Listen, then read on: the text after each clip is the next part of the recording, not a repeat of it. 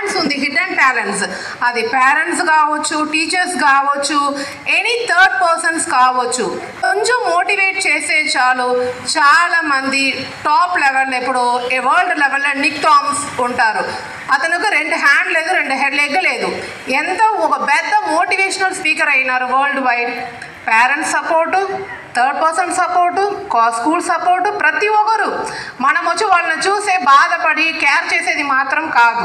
మనం ఏం చేయాలో వాళ్ళని రెస్పెక్ట్ చేయాలి. వాళ్ళ సెల్ఫ్ ఎస్టీమ్ ఏంది, వాళ్ళని మోటివేట్ చేయాలి. మీరు చేయగలుగుతారు. You are not disabled, you are differently abled. ఇప్పుడు ఎవరైనా మిమ్మల్ని ఏలన చేసినా, ఏది చేసినా ఏం చెప్పాలా? No for my ability, not for my disability. ఏం చెప్పాలా పిల్లలు? No for my ability, not for my disability. అది మీరు చెప్పినారంటే చెప్పిన వాళ్ళకు ఫస్ట్ నామోషి. ఎందుకంటే